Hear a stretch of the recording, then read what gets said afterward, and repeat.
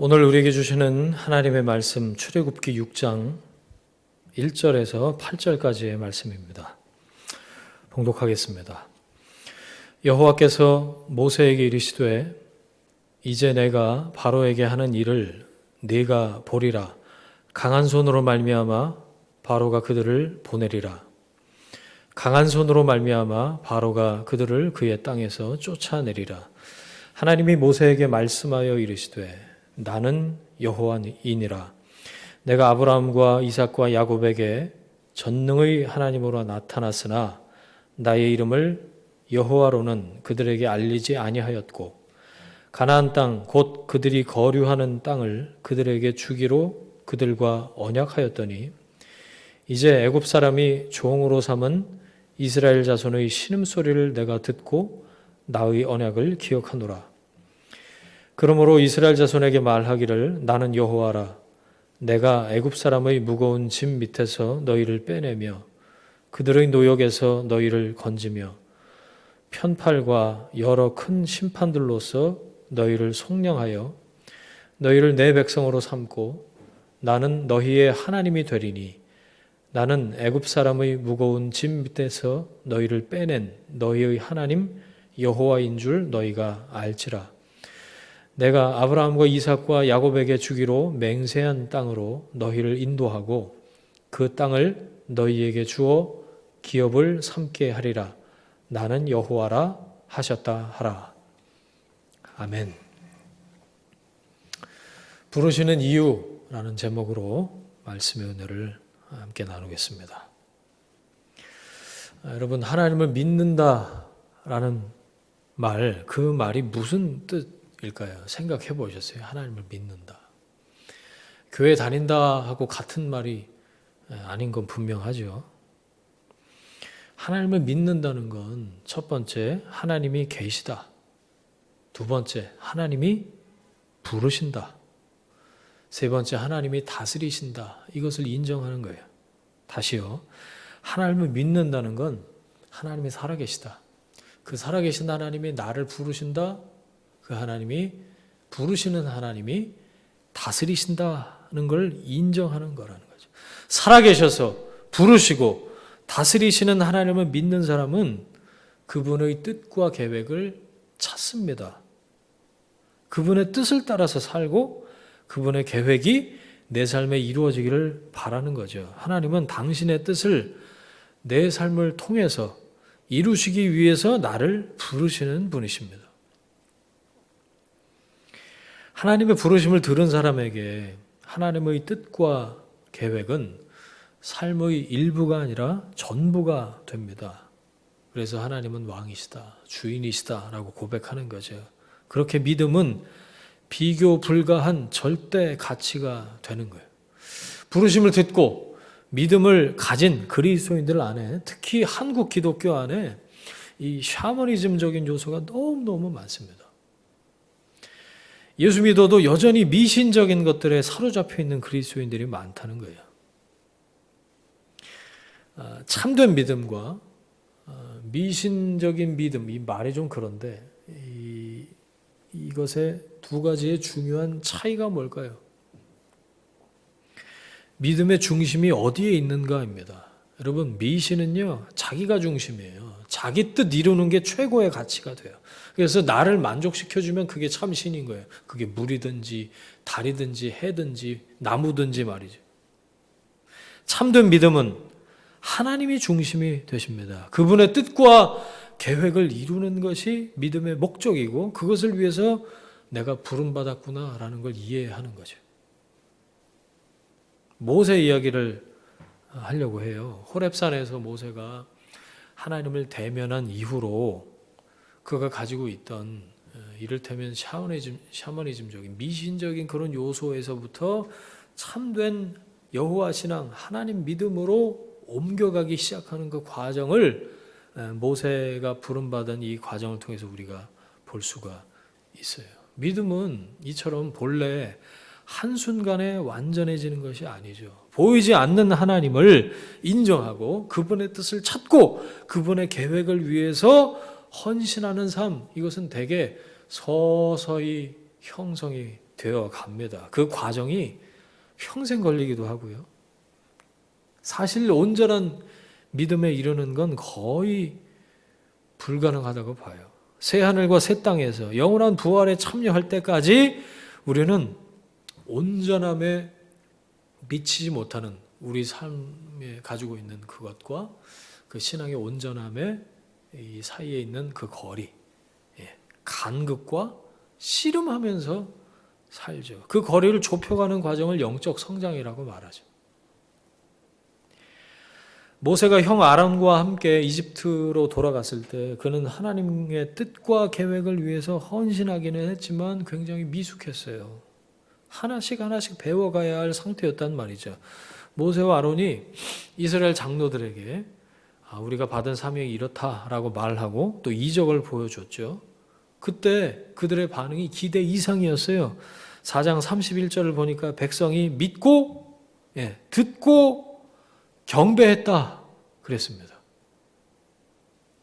이스라엘 백성의 반응을 보면서 모세는 이 길이 제법 잘 열리는데 안심했을 거예요. 하지만 파라오와의 만남 이후에 벌어진 상황은 실로 당황스러웠습니다. 하나님은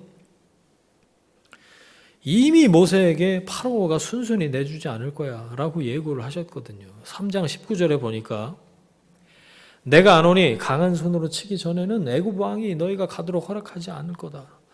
하나님이 쉽지 않을 거라고 알려주신 거예요. 하나님은 재차 가시받기를 예고하세요. 4장 21절 네가 애굽으로 돌아가거든 내가 네 손에 준 이적을 바로 앞에서 다 행하라. 그러나 내가 그의 마음을 완악하게 한즉 그가 백성을 보내주지 아니하리니. 다시 말해서 모세는 하나님의 부르심을 따르는 일에는 이거 피할 수 없는 어려움이 있겠구나 아마 염두에 두고 있었을 거라는 거예요. 하나님이 괜히 모세에게 반복해서 그렇게 말씀하셨을 리가 없잖아요. 모세가 그걸 귓등으로 듣지 않았다면 어느 정도 각오를 했을 거란 얘기입니다. 그런데 그런 모세를 저 밑에서부터 완전히 뒤흔드는 일이 이집트 대적들에게서가 아니라 동족에게서 시작이 됐어요. 5장 21절이 그들에게 이르되 너희가 우리를 바로의 눈과 그의 신하의 눈에 미운 것이 되게 하고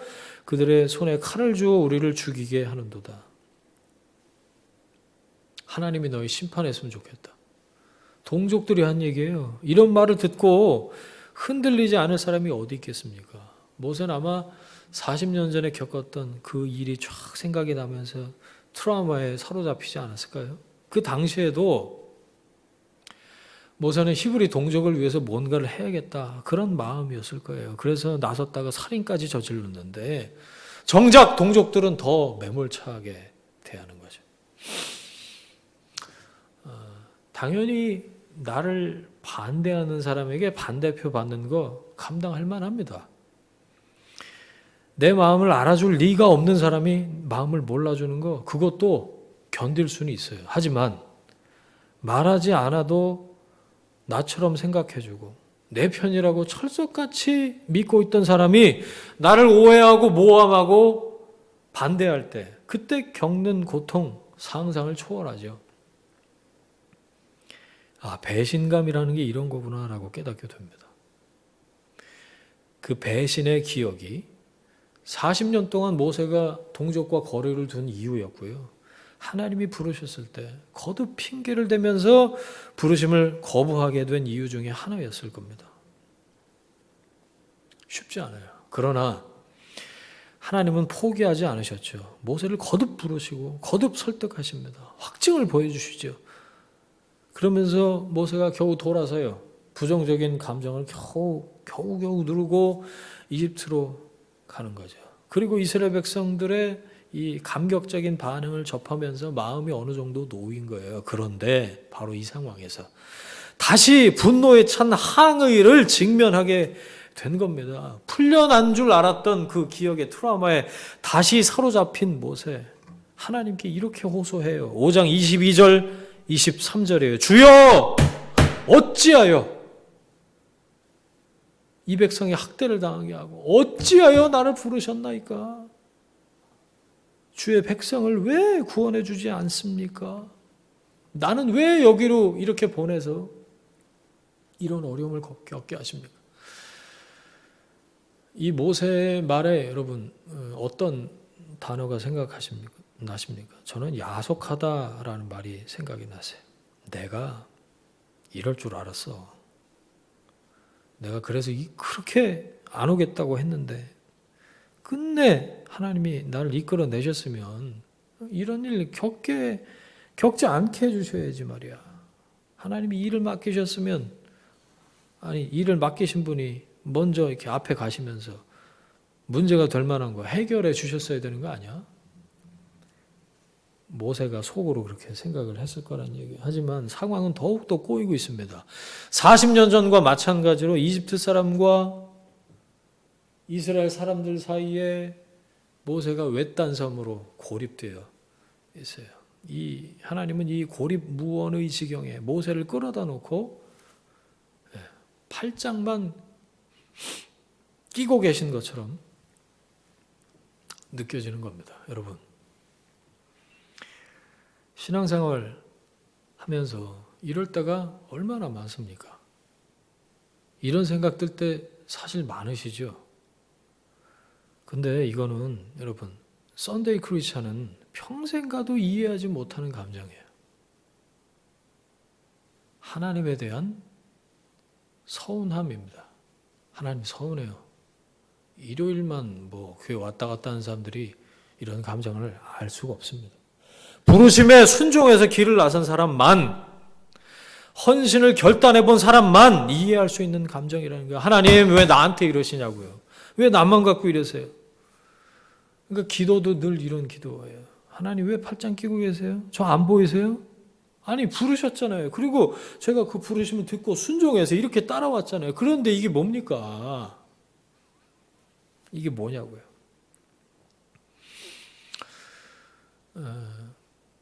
기독교 공동체 교회 안에는 이럴 때 꼭 등장하는 사람들이 있어요. 오라고 한 적도 없는데 찾아와서는 답을 가르쳐 주겠다고 장광설을 늘어놓는 욥의 세 친구와 같은 사람들 말입니다. 기도해 준다고 하면서 맞는 말 하는 것 같은데 어째 사람 속 다 뒤집어 놓는 그런 인간들이 있죠. 기억나시는 누가 생각나십니까 혹시? 여러분 그 모임에는 답을 찾을 수 없어요. 답이 없어요 거기에는. 하나님께 서운함을 토로하는 모세, 세 친구와의 논쟁 안에 그 한복판에 있는 욥, 그리고 개척 1년차 돼가는 오목사, 그리고 하나님께 서운한 여러분. 이 말씀을 여러분과 함께 나누려고 그래요. 욥기로 잠시 가볼까요? 세 친구와의 지리한 논쟁이 끝날 무렵 32장에 엘리후라는 사람이 등장을 해요. 이 친구가 왜 나오나 그런 생각이 들었어요. 왜냐하면요, 세 친구나 엘리후나 하는 말이 다 비슷해요. 하나님의 권면을 무시하지 말아라, 순종해라, 이런 얘기들입니다. 그런데 엘리후는 뭐하러 욥기에 등장했지? 등장을 한 이유가 있을 거 아니에요. 세 친구가 원칙을 강조하고 인과응보를 강조하고 욥을 권면하라고 했죠. 그런데 엘리후는 여기에다가 진심이라는 걸 더해서 가지고 나와요. 내용은 다 대동소이한데 거기에 플러스 진심 한 사람이 엘리후라는 거예요.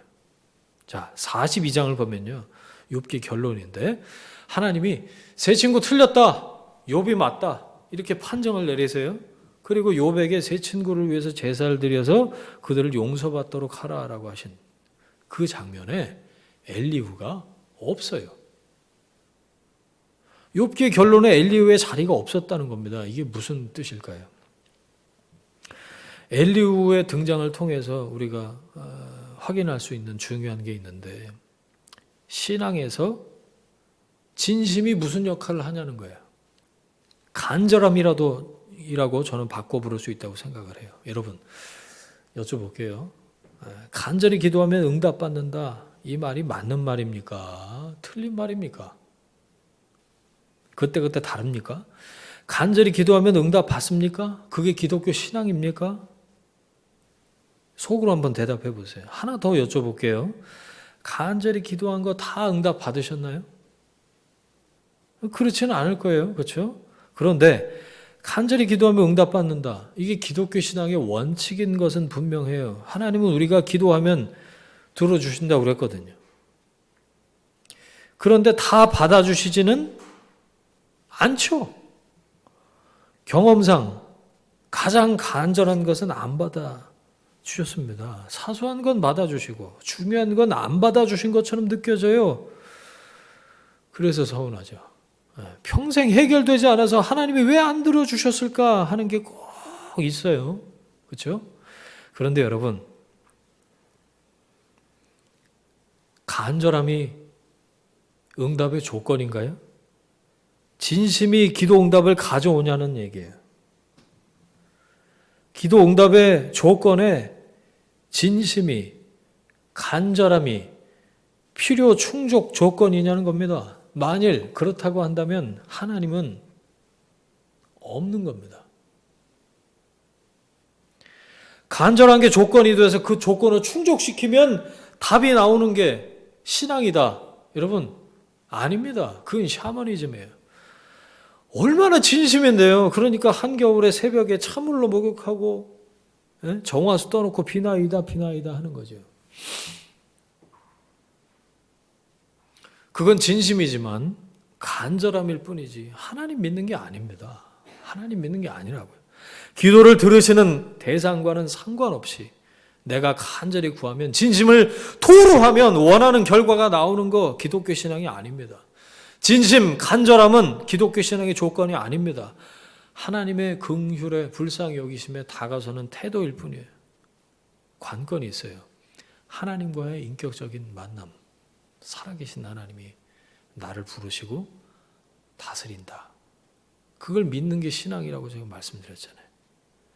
여러분, 하나님이 불쌍히 여기시는 것에 달려 있어요.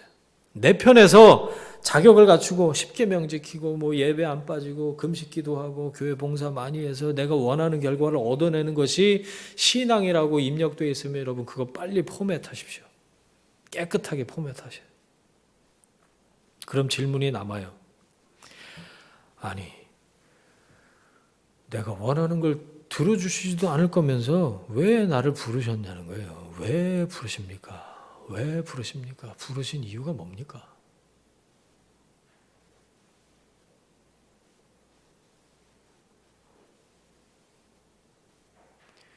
하나님이 부르시는 이유는요. 나와 함께 있자. 나와 같이 있자.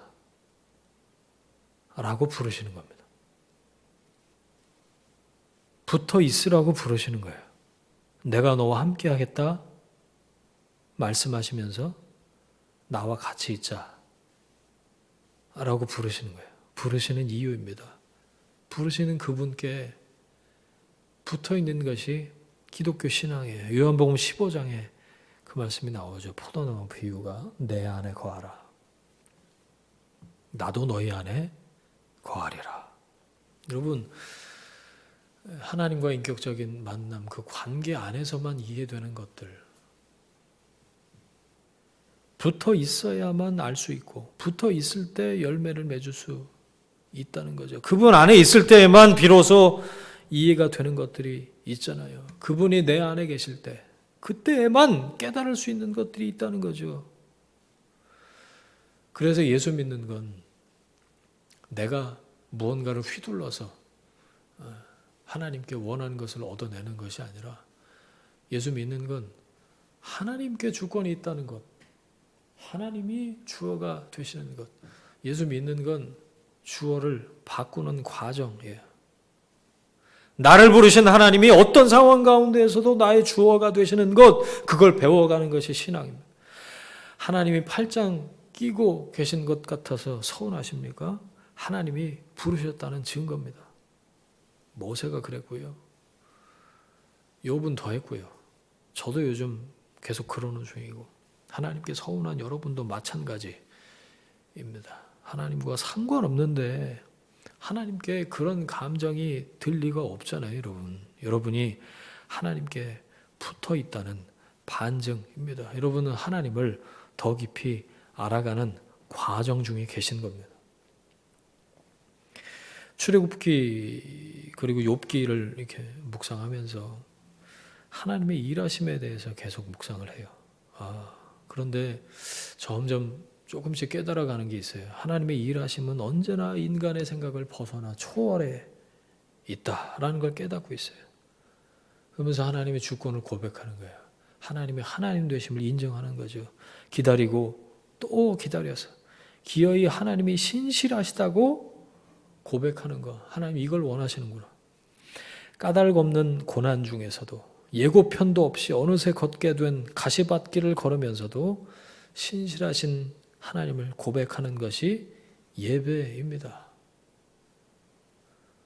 여러분, 하나님이 여러분을 어디로 부르셨습니까? 하나님이 부르신 곳 그 임재 앞에서 여러분의 신을 벗고 하나님을 예배하는 여러분들이 되시기를 바랍니다. 하나님의 부르심을 듣고 여기까지 왔지만 지금 여기에서 하나님 저 왜 부르셨어요? 라고 되묻는 우리들에게 하나님이 말씀하십니다. 하나님이 저와 여러분에게 하시는 말씀으로 이 6장 1절부터 8절 이 말씀을 들으시길 바랍니다. 이제 내가 하는 일을 네가 보게 될 것이다. 강한 손으로 너를 붙들겠다. 나는 여호와다. 내가 너의 신음소리를 듣고 나의 언약을 기억한다. 나는 여호와다.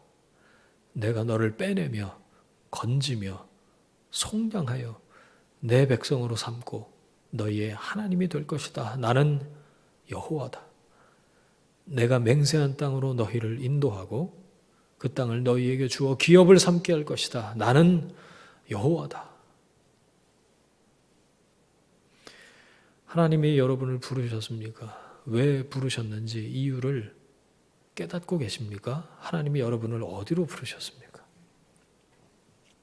부르신 곳에서 예배하는 여러분 되시길 바랍니다. 나는 여호와다. 당신의 이름을 걸고 약속하신 말씀을 이루시는 하나님이 여러분을 부르신 그 이유를 점점 충족시켜 가시는 줄 믿습니다. 부르신 하나님께 붙어 있기로 다시 결단하고 그 하나님을 예배함으로 하나님을 더 깊이 경험하는 여러분 모두가 되시기를 주의 이름으로 축원합니다. 아멘. 함께 기도하겠습니다.